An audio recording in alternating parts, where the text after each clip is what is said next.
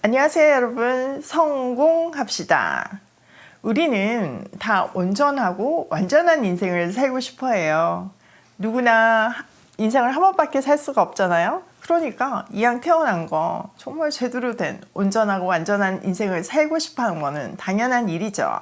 오늘 그 방법이 이 본문 안에 있는데요. 한번 들어가서 보도록 할게요. 11절. 레위 계통의 제사 직분으로 말미암아 온전함을 얻을 수 있었으면 백성이 그 아래에서 율법을 받았으니 어찌하여 아론의 반차를 따르지 않고 멜기세덱의 반차를 따르는 다른 한 제사장을 세울 필요가 있느냐. 제사 직분이 바꾸어졌은즉 율법도 반드시 바꾸어지리니. 자, 무슨 내용이냐 하면 레위 지파가 제사장이 된 것은 율법에 기록되어 있죠. 그래서 율법에 따라 제사장이 된 레위 지파의 제사장들이 만약에 온전했으면 멜기세덱의 계통을 따른 또 다른 제사장이 필요가 없었을 거래요. 여기서 아주 중요한 단어가 온전함, 또 다른 말로 하면 완전함이죠. 이 온전함은요, 어떻게 하면 이루어질 수 있을까요? 네, 맞아요. 하나님과의 바른 관계 속에 있을 때에만 이 온전함이 이루어져요. 하나님과의 바른 관계 속에서 하늘 도성에서 누리는 영원한 영광, 안식, 잔치를 통한 관계의 완성을 말해요. 우리는 지금 그 온전함을 향해서 나아가고 있는 중이죠. 그러나 우리가 다 알듯이 구약의 제사는 온전하지 못했고 제사장들도 온전하지 못했어요. 한번 생각해 보세요. 구약의 희생 제사는 매번 죄를 범할 때마다 새롭게 동물을 잡아 드려야 했고요. 제사장들도 영원하지 못해서 그들은 죽었죠. 그래서 다시 새로운 제사장이 필요했어요. 이것이 구약 제사의 한계였어요. 사람들은 영원한 속죄와 영원한 제사장에 대한 갈망이 있었고 그것이 메시아 대망 사상으로 이어졌죠. 또 시간이 오래 지나면서 신약쯤에 왔을 때는 사람들이 제사의 목적은 잊어버리고 제사의 형식만 붙드는 너무 안타까운 상황이 되었어요. 제사의 목적은 하나님 앞에서 온전하게 되는 것이잖아요. 그런데 그것은 잊어버리고 제사의 형식을 어떻게 지내냐, 율법을 어떻게 지키냐에 목숨을 걸고 본질을 잃어버리고 말았죠. 이런 현실 앞에서 새로운 제사장과 새로운 제사 제도가 필요했다는 의미예요. 13절. 이것은 한 사람도 제단 일을 받들지 않는 다른 지파에 속한 자들을 가리켜 말한 것이라. 우리 주께서는 유다로부터 나신 것이 분명하도다. 이 지파에는 모세가 제사장들에 관하여 말한 것이 하나도 없고. 자, 어제 본문에서 말씀드렸지만 그 당시 사람들의 인식 속에서는요, 히브리서 기자가 지금 계속 예수님을 큰 대제사장으로 소개하고 있지만 받아들일 수가 없었어요. 왠지 기억하시나요? 네, 맞아요.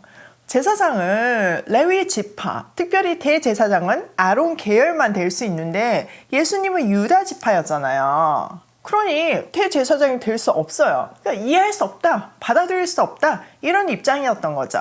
거기에 대해 히브리서 기자는 맞아요. 예수님은 유다 지파 맞아요. 또 유다 지파는 제단에서 일한 적이 없죠. 그런데 이거 아셔야 돼요. 시편 110편 4절에 근거하여 이 예수 그리스도는 멜기세덱과 같은 영원한 대제사장이에요. 아시죠? 멜기세덱은 이스라엘의 어떤 지파에도 속하지 않았던걸요? 지금 이 얘기예요. 자, 15절. 멜기세덱과 같은 별다른 한 제사장이 일어난 것을 보니 더욱 분명하도다. 그는 육신에 속한 한 계명의 법을 따르지 아니하고 오직 불멸의 생명의 능력을 따라 되었으니. 예수님은요, 멜기세덱과 같은 별다른 완전 그 레위 지파하고는 별다른 제사장이래요. 그 별다른 한 제사장이 일어나셨죠. 여기서 일어나다라는 단어는 부활할 때 사용된 그 단어예요. 그러니까 예수님이 부활하셨다는 의미죠. 지금 이 구절에서는 육신에 속한 한 계명의 법과 불멸의 생명의 능력이 아주 대조되어서 적혀 있는데요. 불멸의 생명은 영원한 생명을 말하고 있죠. 예수님께서는 십자가에서 모든 인류의 죄값을 다 완불하셨어요. 스스로 십자가에서 영단번의 제물이 되심으로, 자, 영단번은 영원하고 완전해서 다시 할 필요가 없다는 것을 얘기하잖아요. 이제 제사가 다시 반복해서 드릴 필요가 없게 되었어요. 하나님께서는 사망 권세를 깨뜨리시고 제물로서 죽임 당하신 예수님을 새로운 생명으로 부활하게 하심으로 부활의 첫 열매가 되게 하셨어요. 자, 첫 열매가 되었다. 그러면 우리는 다음 열매도 있구나 이렇게 상상할 수 있잖아요. 그래서 우리가 그리스도 안에서 다음 열매가 된 거죠. 우리는 그리스도 안에서 영원한 생명의 능력을 힘입어 살게 되었어요. 인간의 가장 궁극적인 문제인 죄의 문제가 해결됨으로써 죄의 값인, 죄의 결과인 죽음에서 해방되게 되었죠. 자, 17절. 증언하기를 내가 영원히 멜기세덱의 반차를 따른 제사장이라 하였도다. 전에 있던 계명은 연약하고 무익함으로 패하고 율법은 아무것도 온전하게 못할지라. 이에 더 좋은 소망이 생기니 이것으로 우리가 하나님께 가까이 가느니라. 자, 시편 110편 4절의 근거에서 멜기세덱의 반차를 타고 오는 영원한 제사장, 그 메시아 예언을 다시 한번 언급하고 있어요. 불완전했던 구약의 제사법과 제사장은 온전하고 완전하신 대제사장이 오심으로 불필요하게 되었어요. 율법은 어떤 사람도 완전하게 하지 못했어요. 율법은 우리가 죄인임을 드러내는 선생이었죠. 이제 하나님께서는 우리에게 더 좋은 소망, 그리스도를 보내주셨어요. 그래서 우리는 이제 이 소망, 그리스도를 통해서 하나님께 나아갈 수 있게 되었죠.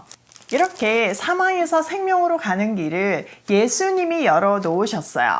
그래서 요한복음에 보면 예수님께서 나는 길이요 생명이요 나로 말미암지 않고는 아버지께로 나아갈 자가 없다라고 말씀하셨잖아요. 이게 바로 그 의미예요. 우리는 그리스도라는 길을 통해서 아버지의 생명, 영원한 생명에 이를 수 있게 되었어요.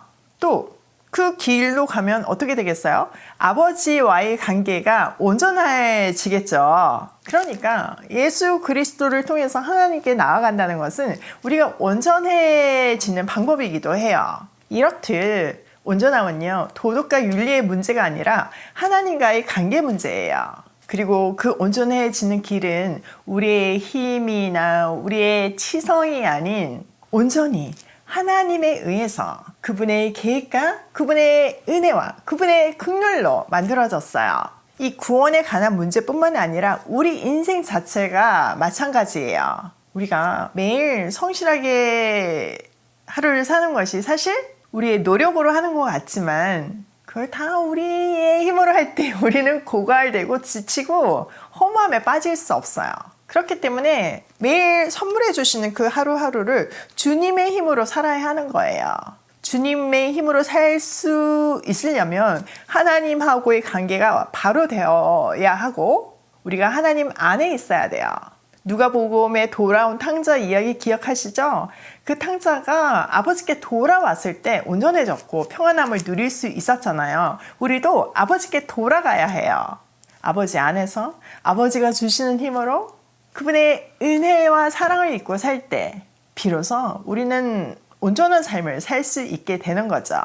우리의 삶을 통해서 그 온전함이 이루어지는, 다른 말로 하면 하나님의 우리를 향하신 계획이 이루어지는 멋진 인생 살면 좋겠어요. 자, 오늘 내용을 우리 삶에 한번 적용을 해보면 첫 번째, 우리에게는 온전하고 완전한 것이 있다. 우리에게 온전하고 완전하고 영원한 것이 있다는 것이 얼마나 든든한 일인가요? 노후 대책을 하려고 노력하시는 분들 계시잖아요. 진짜 완벽한 노후 대책이 우리한테 있다는 사실이 우리를 지금 이 순간 평안하게 만들죠. 그리고 충분히 누릴 수 있게 하고요. 두 번째, 온전함은 하나님과의 관계 문제이다. 이걸 꼭 기억하셔야 돼요. 세 번째, 하나님의 계획이 이루어지는 온전한 인생 살자. 오늘도 완전하고 영원한 것을 붙들며 온전한 하루로 고고싱해요.